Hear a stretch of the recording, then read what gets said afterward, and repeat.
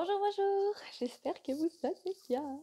Alors aujourd'hui, nous allons parler de Nicolas. C'est l'heure de son interview. Donc je vais vous faire la récap comme pour tous les autres et je vous invite vraiment pour ceux qui n'ont pas vu les interviews des autres créatifs de la communauté de Down Aurore, eh bien je vous invite vraiment à aller les voir et les découvrir. Donc il y en a une nouvelle tous les vendredis. Vous allez pouvoir découvrir les artistes qui suivent sur le net. Vous allez pouvoir découvrir le lien pour leurs travaux, tous leurs dessins, leurs réalisations, leur style, leur personnalité, mais aussi les techniques qu'ils utilisent. Voilà, donc c'est toujours très riche de pouvoir s'enrichir de toutes les personnes qu'on a autour de nous et de pouvoir en effet grandir grâce à ça. Hein, voilà. Donc, Nicolas.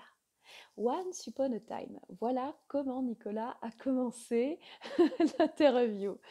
Donc, c'est vrai que ça a été une interview plutôt longue. On a appris pas mal de choses l'un de l'autre et je tenais juste à mettre entre parenthèses pour le début de cette vidéo que Nicolas a une personnalité qui est très proche de la mienne. J'ai ressenti beaucoup de choses intimement proches. Je dirais pas parce qu'on a passé du temps à discuter, mais surtout dès le départ, et je l'avais déjà ressenti avant et on en avait déjà parlé, sur l'altruisme.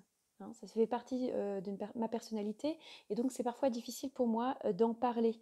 Donc toutes les projections miroirs que Nicolas m'a fait, j'avoue, j'ai dû essayer d'en faire beaucoup abstraction. Donc j'ai essayé dans le compte-rendu que j'ai fait d'être le plus ouverte possible sans faire part de ma partie à moi. Et j'espère que je ne vais pas commencer à aller trop loin là-dedans. Je m'en excuse d'avance qu'à ouf, parce que bon, il y aura aussi de la...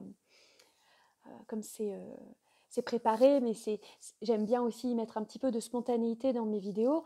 Donc voilà, c'était la petite parenthèse, parce que vraiment, j'ai un côté assez difficile à accepter dans cet altruisme personnellement, en ce qui me concerne, puisque ça me fait terriblement souffrir dans le cadre personnel. Hein.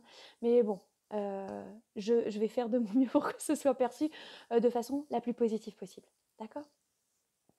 Alors, Nicolas a commencé la peinture de manière relativement naturelle, puisqu'en fait, c'est par mimétisme qu'il a commencé la peinture.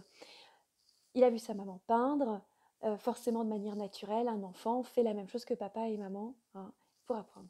Donc, quand elle dessinait, eh bien, il dessinait aussi, avec son jumeau, parce que Nicolas est jumeau.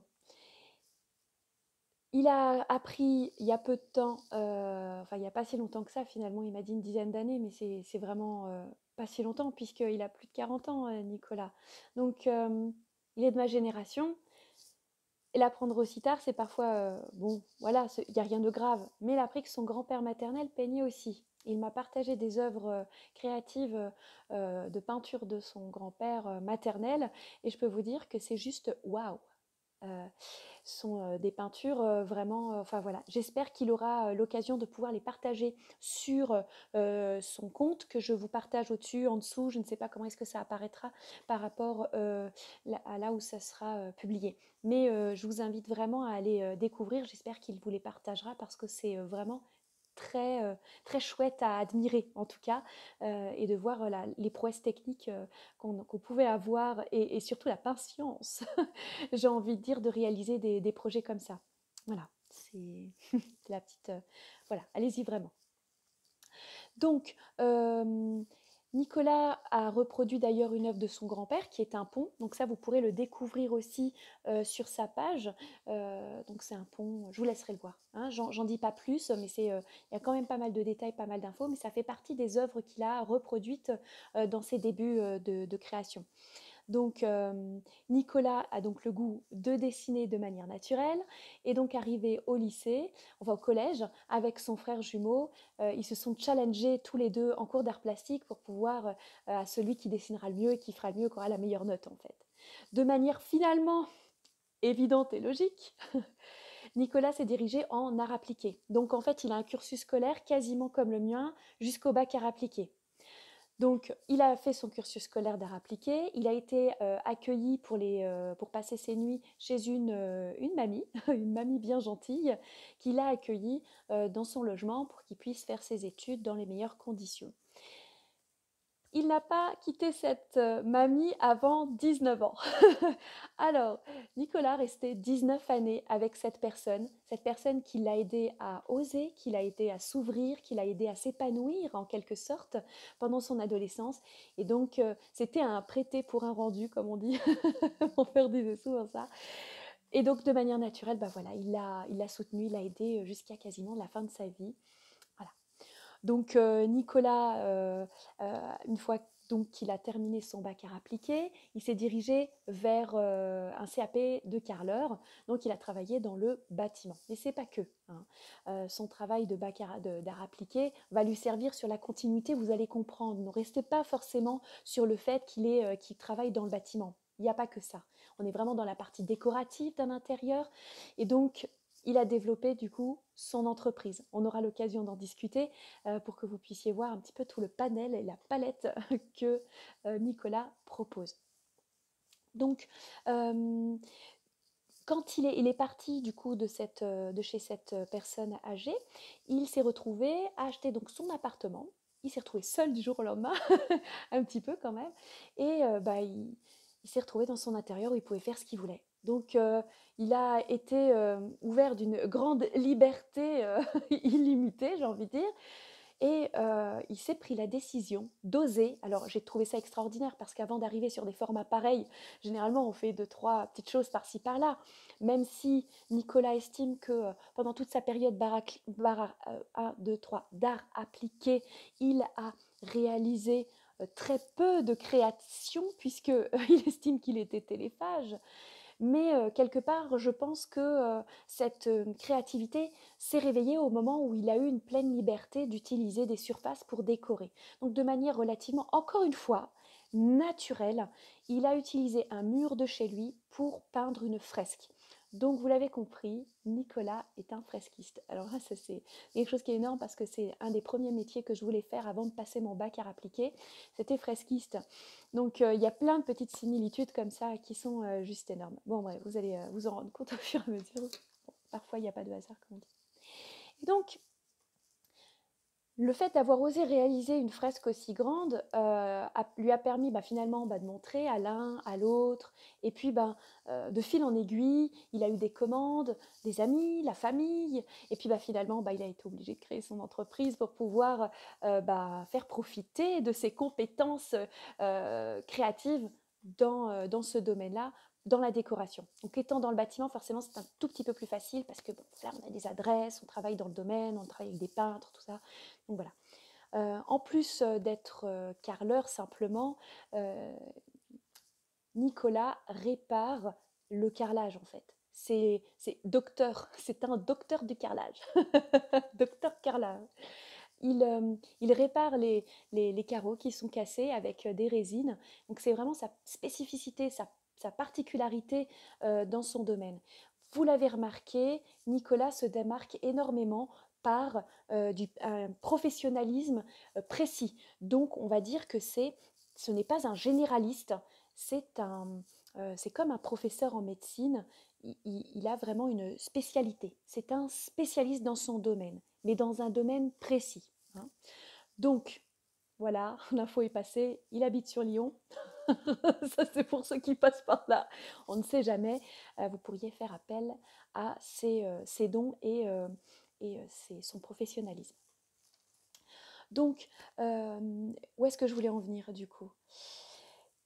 Il travaille donc dans le bâtiment, il fait des fresques, et puis on se dit, mais quand est-ce qu'il va peindre celui-ci? Mais qu'est-ce qu'il fout là? Pourquoi est-ce qu'on le présente?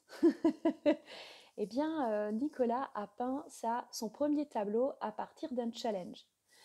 Une de ses anciennes collègues, qui est devenue amie aujourd'hui, lui a demandé de peindre un tableau.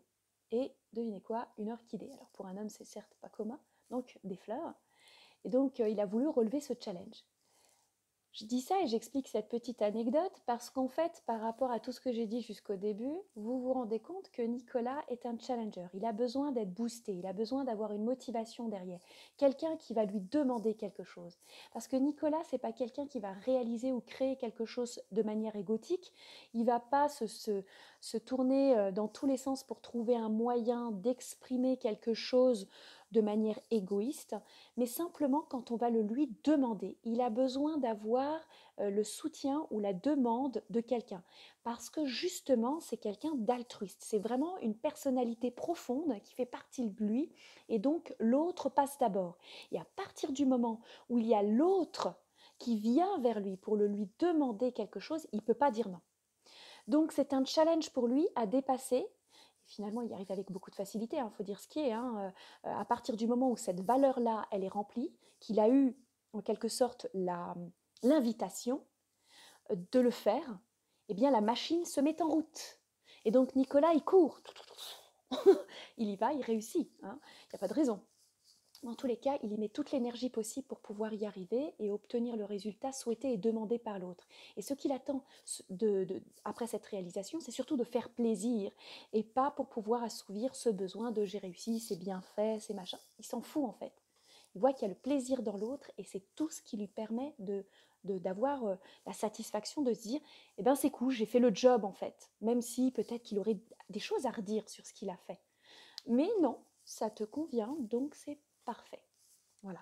Moi, je trouve que c'est quelque chose qui paraîtra peut-être ridicule ou bizarre pour certains, mais en tous les cas, moi personnellement, je ne vis que par ça et c'est difficile de m'en décrocher. Donc, il suffit simplement de me demander un truc pour que je dise oui, j'arrive pas à dire non. Donc, je comprends complètement cette façon de voir les choses, c'est que on est vraiment dans le plaisir de l'autre et c'est comme ça, c'est naturel, on se force pas, on n'en souffre pas. Nicolas est vraiment dans quelque chose de très posé et de très naturel. Il est droit dans ses bottes et ça ne le dérange pas d'être dans le don et d'offrir des choses qui pour d'autres en fait seraient compliquées. Bon, bien sûr, il faut bien manger, il faut bien payer ses factures. Donc évidemment, il facture. Je me permets de mettre les choses bien dans l'ordre. Voilà, Nicolas, c'est important. Quand on est professionnel, on ne peut pas toujours offrir. Voilà. Alors, Nicolas, il aime beaucoup la photo. Donc, il a son téléphone avec lui et il claque. Il claque, il claque, il claque, il claque. Il aime beaucoup les images, il se balade beaucoup et surtout dans la période de confinement, il a beaucoup apprécié finalement pouvoir sortir en fin de journée pour aller se balader et prendre des photos de coucher de soleil ou plutôt de lumière rasante pour pouvoir vraiment capter le meilleur de la lumière. Donc vous le savez, pour ceux qui aiment la photo, meilleur moment pour prendre une photo, c'est ou en très début de journée ou en fin de journée, quand la lumière n'est pas à son zénith. La lumière diffuse ne donne pas les volumes, elle ne donne pas tous les contrastes qu'il faut. Et dans une lumière rasante de matin ou de soir, on a une colorimétrie aussi très intéressante. Donc, Nicolas capte la lumière, capte les couleurs, capte les contrastes et il crée à partir de ça. Donc, il s'inspire et ça lui permet en fait d'avoir des idées qui lui permettent d'éveiller sa créativité. Donc il en reste beaucoup, beaucoup là-dessus. Et depuis qu'il a son iPad, on va dire qu'il s'amuse un petit peu plus. Il ose utiliser donc du coup cette application avec des retouches ou des améliorations ou du graphisme, des choses comme ça, pour pouvoir assouvir ce besoin de création quand même s'il ne passe pas forcément à l'action sur une toile avec un pinceau, un outil, un médium, un support, comme la plus grande majorité des créatifs aujourd'hui. Quoique, il y en a de plus en plus qui travaillent sur des logiciels et j'en fais partie aussi. Donc voilà, ça fait partie du jeu et des outils qui sont à notre disposition et qu'il faut faire évoluer pour nous faire évoluer dans notre travail et notre graphisme. Alors, la problématique réelle de Nicolas, c'est de pouvoir avoir un espace libre pour sa créativité. Il accumule énormément du matériel pour son travail, pour son métier. Donc il a beaucoup de matériel chez lui à la maison qui stocke. Et du coup, il faut qu'il trouve un moyen de pouvoir déstocker tout ça et s'accorder de l'espace pour la créativité matérielle, autre que logiciel, technologique. Mais bon, comme je disais tout à l'heure, Nicolas est un altruiste, il donne, il offre son temps ses amis, sa famille. J'aime beaucoup une expression qu'il a donnée à un moment donné.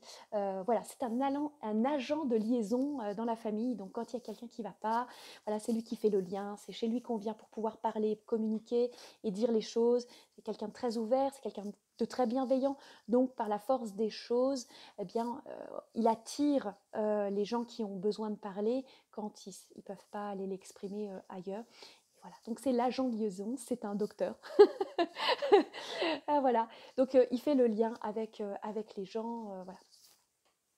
Donc ce qui lui manque, c'est du temps et on lui accorde euh, peut-être des moments à lui pour qu'il puisse s'échapper hors nuit.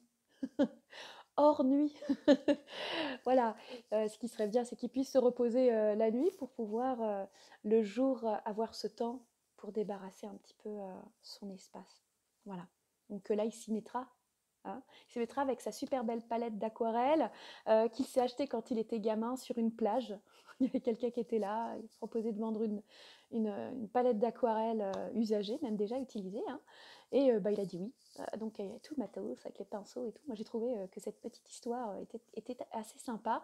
Il a toujours cette palette avec lui. Donc il nous a déjà réalisé 2-3 petites aquarelles. Mais voilà, ça va lui permettre de pouvoir s'étaler un peu plus, avoir de l'espace et pouvoir l'utiliser à bon escient dans de meilleures conditions que d'être plié en deux sur sa table basse. Hein. Voilà.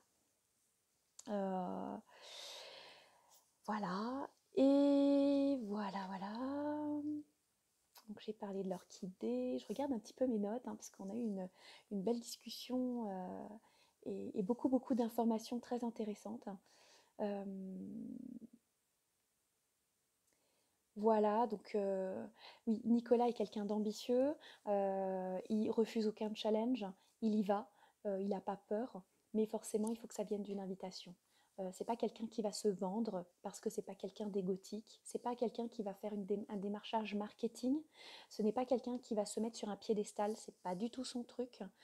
Il préfère emmener les autres vers le haut et ensuite il va redescendre et se mettre un peu à l'écart. C'est pour moi un profil de projecteur, c'est-à-dire qu'il met la lumière sur les autres. C'est quelqu'un qui a besoin que les autres se sentent bien avec lui, mais en les mettant en valeur. Peut-être il sous-estime sa personne. Je crois pas, en fait. J'ai senti qu'il était plutôt à l'aise dans ses baskets. J'ai senti qu'il avait beaucoup de facilité à s'exprimer, alors qu'avant c'était un enfant plutôt timide. Aujourd'hui, c'est quelqu'un qui parle avec beaucoup de facilité, avec un vocabulaire très riche. Euh, il... c'est une pipelette, un petit peu comme moi. Voilà. Mais c'est pas quelqu'un qui va mettre en valeur sa personne, en fait. Ça ne l'intéresse pas du tout, il ne met pas l'accent dessus, mais ça ne veut pas dire qu'il ne s'aime pas. J'ai pas eu la sensation qu'il avait quelque chose contre lui-même, mais il aime les gens. Il aime les gens, il aime le contact, il aime le rapport, le dialogue, le partage avec les gens, la communication. C'est quelqu'un qui cuisine beaucoup et donc quand il cuisine, en fait, c'est un peu comme une maman ou une grand-mère qui adore cuisiner pour faire plaisir à ses loulous et elle est contente de leur faire un bon petit plat. Eh bien voilà, il est pareil, que ce soit dans quelque chose de créatif, que ce soit dans la cuisine aussi, il aime faire plaisir, c'est comme ça fait partie de lui. Il aime recevoir, il aime être avec les gens. Euh, alors, rapidement, euh, Nicolas, il travaille avec de la peinture acrylique. Donc si vous voyez son travail, vous vous rendez compte que dans tous ces dégradés, il doit les faire rapidement. Donc il a une rapidité d'exécution. Donc c'est quelqu'un qui est très rapide, très efficace pour réussir à faire ses dégradés. Donc même s'il dit qu'il est lent, c'est pas vrai. En effet, peut-être qu'il lui faut du temps pour pouvoir trouver sa concentration. En effet, il a trouvé des stratégies pour pouvoir arriver à être mené plus longtemps dans un projet à long terme. Donc il a besoin de son, de tonalité, quelque chose d'équilibré pour capter sa concentration, pour ne pas perdre le fil conducteur de son travail. Et puis ça lui permet aussi de développer son imaginaire. Mais donc du coup, dans son travail acrylique, il est obligé d'être rapide. Même s'il ne s'en rend pas compte, quand on voit ce qu'il fait, il est obligé. Donc regardez bien, ça peut être intéressant. Il y a peut-être des choses que vous pourriez apprendre en rien qu'en réalisant, en regardant son travail. Euh, Ensuite, oui, je lui ai demandé quelles étaient les couleurs qui le représentaient lui le plus et j'ai trouvé ça hyper intéressant parce qu'il n'a pas su faire un choix. Il était entre le bleu et le rouge profond. Alors le bleu, lui, il le considère comme étant une couleur plutôt calme et le rouge étant quelque chose de plus dynamique, hein. Pas explosif, mais dynamique. Et donc, il est entre les deux. Au début, je me suis dit, mince, est-ce qu'il ne serait pas Gémeaux? Est-ce qu'il ne serait pas une présence double chez lui? C'est ça qu'on pourrait envisager, puisqu'on est sur une complémentarité de deux choses totalement distinctes, hein. C'est ça la complémentarité, le contraste. Et en réalité, plus il a parlé, plus j'ai eu la sensation que c'était quelqu'un qui était entier, comme les deux faces d'une même pièce. Donc il est vraiment droit et aligné dans ses baskets, Nicolas. C'est pour ça qu'en fait, le don de soi et le don pour les autres n'est pas compliqué, ça fait partie de lui parce qu'il est complètement aligné. Euh, voilà, et ensuite, donc ça j'ai expliqué. Voilà, c'est quelqu'un qui a vraiment une globalité entière. Il est totalement entier, hein. C'est pas juste un bout qui montre et l'autre partie qui cache, parce qu'il n'a aucun intérêt à cacher quelque chose ou à montrer quelque chose. Donc il est juste lui dans son entièreté et son centrage de sa personnalité. Voilà. Ensuite, Nicolas, il suit à peu près les mêmes artistes que chacun. On a Anthony Chambaud, on a Nelly Lestrade, on a Cindy Barillet qui ressort, on a alors Bob Ross, quelques-uns le connaissent certainement, d'autres pas. Je mettrai le lien en barre d'infos. C'est un artiste qui est décédé aujourd'hui, mais il fait partie de nos artistes contemporains, très intéressant. Je dirais pas forcément pour ses paysages, mais beaucoup pour les lavis. On aura peut-être l'occasion d'en parler. Donc tout ce qui est dans la peinture additive, on en reparlera peut-être une fois. Ensuite, il suit Créa Koa, Wow Art et Suraj Mi Art. Alors c'est compliqué à prononcer, mais je mettrai les liens en barre d'infos, m'en voulez pas. Vous tomberez sur leur chaîne YouTube directement et ça vous permettra de voir s'ils réalisent des choses qui vous parlent. Mais en tous les cas, ces artistes-là, ça leur rassure. Il aime beaucoup suivre la réalisation du début jusqu'à la fin de la création. Ça lui permet aussi de comprendre le processus de création, mais surtout, ça lui donne une sorte de satisfaction quand il voit le pinceau, l'outil qui bouge et puis tout ça qui se met en place, ça lui plaît pas mal. Alors, je lui ai demandé un petit peu qu'est-ce qu'il avait envie de faire et de créer là prochainement. Est-ce qu'il avait des petites idées? C'est vrai que c'est un petit peu difficile parce qu'on a dû un peu creuser, hein, parce que c'est pas quelqu'un qui crée de manière égotique ou parce qu'il a envie de créer un projet, mais surtout sur demande. Et en creusant un petit peu par rapport à son don pour la photo, parce qu'il a vraiment un don de la mise en scène et de la composition dans le format, eh bien, on a réussi à décortiquer quelque chose de très intéressant sur le travail de la photo. Donc il va faire une série sur ces photos. J'en dis pas plus parce qu'en fait, au fur et à mesure qu'on a discuté, il va y avoir une réalisation, quelque chose de très très intéressant qui va en découler avec beaucoup de choses. Parce qu'en fait, Nicolas joue aussi avec les mots. Nicolas, vous avez dû voir dans certaines vidéos live que j'ai fait, dans les commentaires qu'il laisse, et puis aussi sur la communauté des créatifs. Il a le mot rapide, il a tout de suite l'instinct, le cerveau qui fait ting, ting, ting, voilà, il fait des rapports avec les mots très très vifs. Et donc, il va utiliser les mots avec. J'en dis déjà beaucoup.